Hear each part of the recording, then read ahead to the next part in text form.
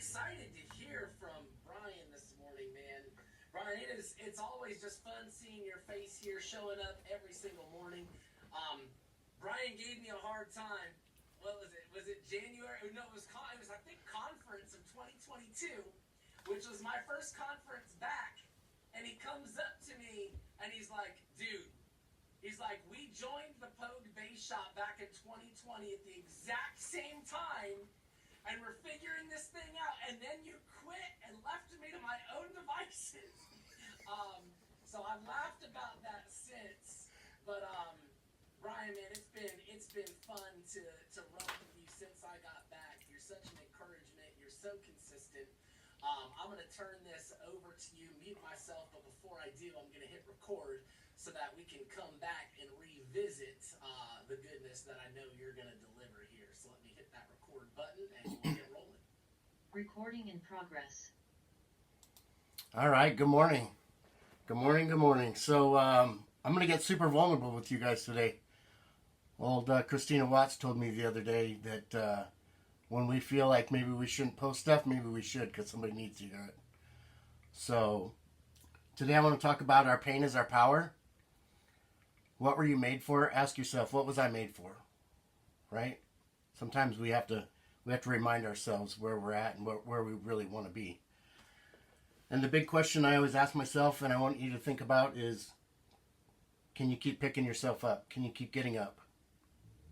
Right? Those are things that we deal with, I don't know, maybe 80 times a day in this business. Let's be honest, right?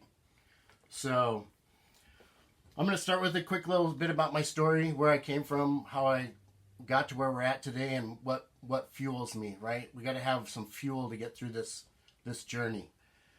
So I grew up as a four-sport athlete, small town, South Dakota.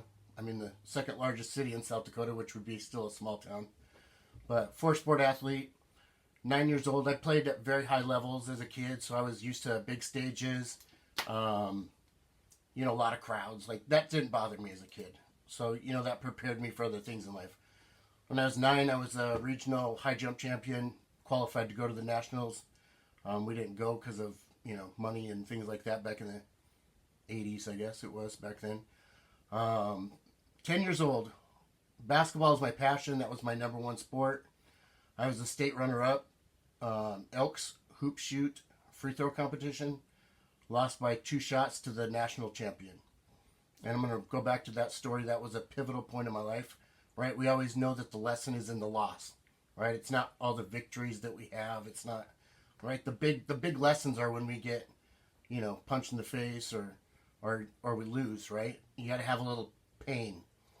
And I can remember it was a 3-hour drive coming back from that competition. I can remember sitting in the back seat of my parents' car just thinking like I wasn't prepared for that competition.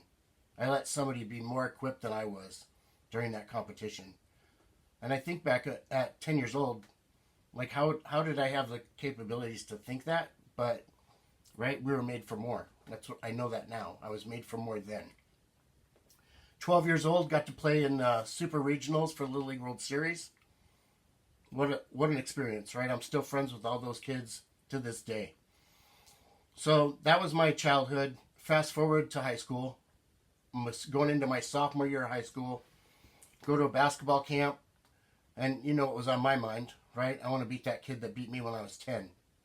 So I spent 5 years gym rat, right? Full gym rat, 5, 6, 8 hours a day. Working out before school, working out after school, right? I wanted to go be a D1 ball player. And that was my goal. And so we get to camp. I set 2 camp records. One was free throws, and I beat the kid that was the national champ when we were 10. And it didn't even really feel like I accomplished that much. I felt like it was just something I needed to do. Like it was just like, this is what we do. And that's how I kind of remember that. So camp ends. My parents had driven up. My girlfriend had come up, and we get to my grandparents' house, some sandwiches, and I'm coming off this high of going into my sophomore year of high school, hoping to play varsity, making some impact, getting my life ready to hit my goals in life, right, of where I've been working for so long. My girlfriend says, Brian, I need to talk to you. So we go to my grandparents' basement. It's just her and I, and she goes, I'm pregnant. I'm 16 years old, and I didn't even really know how to process, to be honest with you.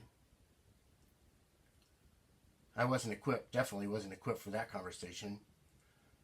And I grew up without my biological father in my life, so I knew that I wasn't going to be that guy, right? So I said, I'll be there for you, you know, we'll be there for our child, like whatever that looks like, right? She told me she was going to have the baby. I said, no problem. So, you know, we go back up, act like nothing happened, right, in that conversation with my parents. My mom was the head counselor at the crisis pregnancy center at the time. I grew up in a pretty religious house, not necessarily strict, but very religious, right? Like, so I prolonged that as long as I could to tell my parents until we had to, right? Like as a 16-year-old kid, I was just like, oh, like hiding that one bad grade from your parents, you know. But this was a little more serious than that. So we finally have to tell my mom, and my mom was devastated. I'd never seen my mom hurt so bad or cry like she did.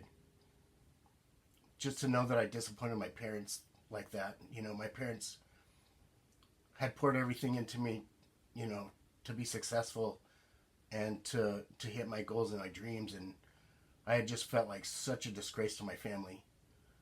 And my parents are super proud of me now, but at that time, right, like it was very difficult in my house, right? Like a lot of quiet time. I played ball my sophomore year. I worked really, really hard going into my sophomore year. My parents didn't understand why I was working so much.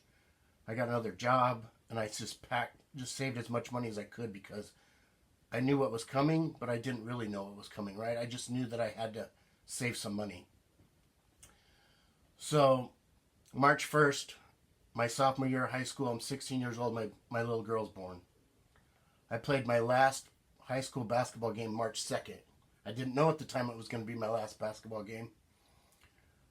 2 days after that, my girlfriend's dad sits me down and says, Brian, what are your intentions? Keep in mind, I'm 16. What are my intentions? Like, that's a pretty heavy question, but it was a real question, right? Like, I was an adult at that point. I made adult decisions to have a child, right? I had to take responsibility for my actions. So I said, well, I'm going to be here. I'm going to be a dad. I'm going to be here for your daughter. Like, we were still dating. Nothing had changed other than we had a kid, which a lot has changed, obviously. And he goes, well, you have two choices. You can do the honorable thing and marry my daughter, and we can continue life as it goes. Or you can walk out that door, and when you turn 18, we'll go to court and see what rights you have. But in the meantime, you're not going to see our daughter, and you're not going to see your daughter. He goes, we're not doing that. So guess who got married 6 weeks later? Not necessarily by choice, but by what had to happen next, right, for me to be a dad. So May 5th, so I turned 17, so now I'm super old, right? Between my time my daughter was born and the time that 6 weeks passed, I'm 17 now. So I got this deal all figured out. I'm 17 now. So I get married, I get emancipated, so now I become my own adult at sophomore year of high school. I move into government Section 8 housing. I'm on food stamps, and I'm working 2 minimum wage jobs washing dishes. And I'd ask myself, right, what was I made for? Was this what I was made for? You got to keep in mind, 9 months earlier, I was at the gym 6-8 hours a day, mowing yards to buy basketball shoes so that I could have 4 pairs at a time because I sweat so bad with 6 hours of workouts a day, right? Like, that was my main focus was, am I equipped for my future? Now I had to figure out survival mode, right? My first night in government housing, I had my bike stolen. I'd never lived in an area like that. So now, my first night, I'm like, welcome to adulthood, right? You're in the hood, you just got your bike stolen, now we're walking to work versus riding a bike. I had a car, but keep in mind, when you're making $3.25 an hour, and you have a child and a wife now that doesn't work and doesn't have a car, and you're responsible for everything that they have to do. Like I walked when I could, and I because of gas, right? I know gas was 78 cents back then a gallon, but still, when you're making $3 an hour, that was a lot of money. So we get through high school. I made a stance, right? I stayed in school. I graduated on time. Keep in mind, the only skills that I had in life was what? I was an athlete. What do athletes know how to do? They know how to push through pain. Athletes know how to show up on time. They know how to be ready. They know how to outwork the person next to them, right? They do all the things that don't really take a lot of skills, right? We used to have a saying on all of our sports teams: if you're 10 minutes early, you're late, right? Have your cleats on, have your shoes laced up, be on the field and ready to play when practice starts. You don't show up in your slides or whatever these kids do now, right? That was not an option back then. Pro tip for the 12-year-olds in the room. Just kidding. So, that's all I knew. So what happened when I go start washing dishes? I figured out what the next step was, right? I'd never had a job like that. I knew I didn't want to leave home with soggy shoes and soggy hands the rest of my life, right? I knew I didn't want to do that. So I figured out what the next step was. I hounded my restaurant manager and said, "What's next for me?" And he goes, You've been washing dishes for a week. What do you mean, what's next? I said, I was made for more. I said, what's next? So I waited for opportunity. I watched all the cooks. I watched what they did. And I figured out how to take their job. One night, it was a blizzard in South Dakota. They were out smoking weed, taking out in the back step, which all high school kids do at restaurants. Not all, but, that happens probably to this day. So instead of me going to find a cook when the waitress put an order up, guess who went back and cooked the food? I found my opportunity, right? Right? Second string. It's like Tom Brady when Drew Bledsoe gets knocked out of the game. Next up. So what I did is I went back there and I made the best chicken enchiladas I've ever made in my life because I worked at a Mexican food restaurant. And the waitress says, "Who made these?" I go, "I did. I can't find your cook." I knew where the cooks were. Maybe a little white lie, right? Sometimes you got to help people. You got to give them a little longer rope to jump off the back patio. You never know. So I said, "I did it." The cook or the restaurant manager comes back and he goes, "Brian, did you make those?" I go, "Yes, sir." I said, "I'd really like an opportunity to learn how to cook." He goes, "It sounds like you already have." He goes, "Your next shift is behind here cooking." And that's how I started. I was a junior in high school and it took me 6 months to find my way in, right? You find a weakness and you find a way in. So by the end of my senior year, I was the kitchen manager. I was doing all the food orders and I was running the kitchen. By the time I was 20 years old, I bought my first house. I got out of Section 8 housing and I got off of food stamps. Why? Because I worked, right? It doesn't matter where you're at today. It's where you're going to go tomorrow. So let's fast forward, right? We got through high school. We got through that. We got through that part of my life.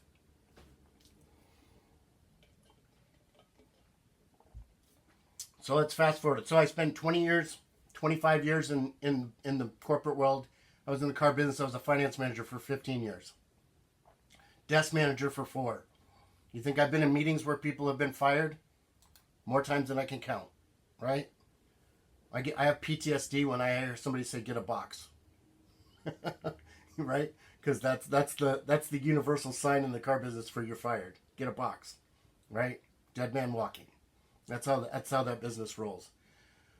So I became a top producer in the finance world, in the auto industry. I worked for big dealerships that were doing 1,000 cars a month, lots of high stress, lots of high pressure, no days off, 80 hours a week. And I just was like, I'm gonna have a heart attack like everybody else I know in this business if I don't get out. I got my insurance license in 2008. I started selling health insurance. Good old Obamacare came out in 2010 and we lost our jobs. No commissions for agents at that point. Got back into the car business. Round 2. Right? I did my 12-year stint. Now I'm back in for more punishment, right? So never gave up my license. I always knew I wanted to be in this industry because this is where everything that I knew I wanted in life was at. People were on trips. People were on trips. People were winning. They didn't have to worry about paying their bills. Right? There was a lot to this. And so I come to Symmetry. By the way, I'm direct to Andrew Jimenez now. He's my fourth direct since I've been in Symmetry. I came here in 2019. I got hired by a guy that's no longer here. In fact, I never met him. My first bass shop, I'm super proud to talk about this now because my journey is just, I'm very excited to share it with you because it's a crazy one. So I came to Symmetry in 19. I'm in a bass shop. Andrew Jimenez was, so we were direct to Martin and Rita. Most of you probably haven't been here long enough to know that story, but they were direct to Andrew, or to Jacob. They were Jacob's first. Back then it was 110s. Now they're 130s. But Andrew was their first AO. So Andrew was a new AO. He was 24 years old. And he was still in our bass shop because he hadn't really been equipped yet to run his own bass shop, right? Like he was still learning and figuring it out. That's why Laura calls him Young Baby Andrew still. Because she remembers Young Baby Andrew from age 24. And so our bass shop was Andrew Jimenez, Lee Jedlicka, with Tanya James, Dan Armstrong, and myself. I look back and I'm like, wow, that's flipping amazing, right? I was just a green pea. Guess who else was a green pea? Lee Jed. But Lee Jed was a green pea doing 10K a week. Why? Because he was spending whatever it took on leads to go make it happen, with English being his fourth language. And back then, his English was way worse than it is now. And I love him and his grit that he has for all of us. So that goes on for, I don't know, 60 days. So I'm 60 days into my journey. I'm in my second bass shop.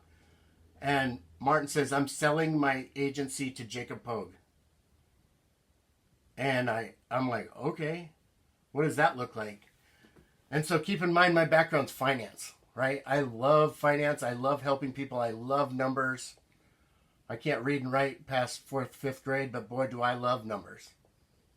Never read a book to this point either, by the way. Jacob's like, you got to start reading a book. And I'm like, what? Why? You know, that was my mindset, right? Like, I didn't read a book in high school. I barely got through high school. I was washing dishes with being a dad. Like, what? So Jacob tells me I got to start reading. Leaders are readers, right? Like, the whole thing. So Jacob, I'm in Florida. He's telling me, I meet Jacob. I'm at DFL boot camp. First, that's how DFL got into Symmetry. I meet Jacob. Jacob goes, Brian, he goes, we're starting a base camp. I just had twins. It's my first base camp since I had the twins. Met this guy Jim Larson at a Bible breakfast or Bible dinner. He goes, you're gonna love him. And he goes, I don't know when we're starting it yet. You know, everything was kind of up in the air. We're trying to figure things out. And he goes, and he's got these two gals coming in. You know, Jacob, guys and gals, boys and girls, right? It's Jacob's excitement. I said, okay, I can't wait. So we get in the bass shop, and keep in mind, I had never read a book, right? Like one book, right? Previous to this, my third bass shop. And I come in, and there's these three freaking leaders. Jim Larson, Jamie Susie, Sarah Reineke. All been coaches, running businesses. And I was like, holy cow. They'd already read hundreds of books, and I still was looking to see where the library was, right? That's where I was. Jim dips because this thing is super hard, right? We all know this is hard. And, man, it's hard. The only difference between you and I, Jim, is I stayed, but I probably quit 5 or 6 times too. So, you know, it is hard. You know, I thought that this journey would be so much easier when we come in. I think everybody thinks that. And I had no leadership skills, let's be honest, right? I had to grow myself. So we all know what happens next. The Reineke show and the Susie Nina show and the Pogue show, they all break out as AOs about 8 months later, right? So who's left standing? The lone wolf BGL sitting in the corner wondering what just happened, right? I had a team of 8 people on my team at that time, and I lost them all. Why? Because I wasn't equipped to lead anyone. Let's just be honest, right? That was on me. Now, I will tell you, that was one of the most fun years I've ever had in this business. I was the number one producer in Jacob's bass shop that year. That's my big claim to fame, is being in the bass shop with Jamie and Sarah, and I was the top producer. But guess what? They won the race, right? They hit 130 in 28 months after that, or whatever it was, 20 months later. I'll take their journey over mine all day long. But guess what? I have to go through my journey because they'd already gone through my part of the journey 10 years before I did, right? That's how this works. So what did I do for the next 2 years? Being a lone wolf, I got involved with Mike Pappas. I got in the Kick-Ass crew with Fred Roethlisberger, right? I got involved with other champions. I had somebody call my shit out, right? Accountability calls, places to be, just like you have every day with Jim, right? It's not a secret that this works. So he unpacked my life, and there's a lot of tears in those meetings, huh, Fred? Tons of tears. I was like, why are we crying every day? Well, that's where the growth comes from. So Pappas unpacked me and says, what do you really want in life? I'm not talking about symmetry. I'm talking about, what do you want in life? And I said, I really want to impact other people. You know, I had to finally own my story. So after 49 years, I finally owned my story. Right? I'd been running from my story for 49 years. Well, 30 some years, right? Embarrassed, ashamed. And I knew that at that point I had to own it. You got to own your shit in this world, right? Excuse my language. So what did I do? Papa said, what do you want to do? And I said, I want to become a person of influence in my community.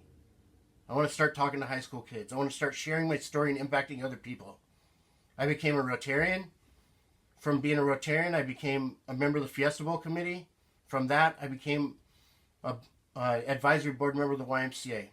I currently speak at high schools in my community. I went to the high schools and I said, can I come talk to your students? I told them my story. I said, I want to come pour into your kids. I want to come talk to kids that have been emancipated, that are living in government housing, that are just have no hope and don't have anybody to pour into them. Right? We're most equipped to help others that we used to be. Right? So I knew I had to lean into that. So now we fast forward. I get through those 2 years. I actually got certified with Giant Worldwide. I leaned into B-dubs. Right? You reach out to people that you know you need in your life. I became certified in the 5 voices. Changed my life. I'm a connector, creative pioneer. I make up 11% of the voices. What does that tell you? That tells you that I struggle talking to 89% of the world.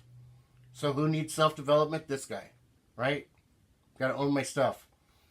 So now, Andrew Jimenez, love him like a son, really. At the end of the day, I just hung up his TVs in his new house. You know, he's younger. He's younger than my oldest daughter. Lives 3 miles away. My wife is so funny. She goes, "Oh, he lives 3 miles." He goes, "That'll be so much closer for you to go hang his TVs this time." So, you know, it all works out. But Andrew reaches out to me a year and a half ago and says, Brian, he goes, what do you want to do? And I said, what do you mean? He goes, you're miserable. I go, I know I'm miserable. He goes, you want to come on my team? I go, is that even possible? He goes, yeah, of course. Jacob wants you to succeed. He doesn't, you know. So I got to be on Team Hemi, and you know, we plug in, right? Like I'm on this call every single morning because you guys are all champions, and I want to be just like all of you, right? Like anything I can ever do to pour into anybody, like that's what we do. We lift each other up. It's how many times can we get back up? What are we made for? I want to leave you with my favorite quote in the world. Is from Michael Jordan. It's right behind me on my wall. It says, I have failed over and over and over again, and that is why I succeed. Thank you guys for letting me come today. Record. Okay.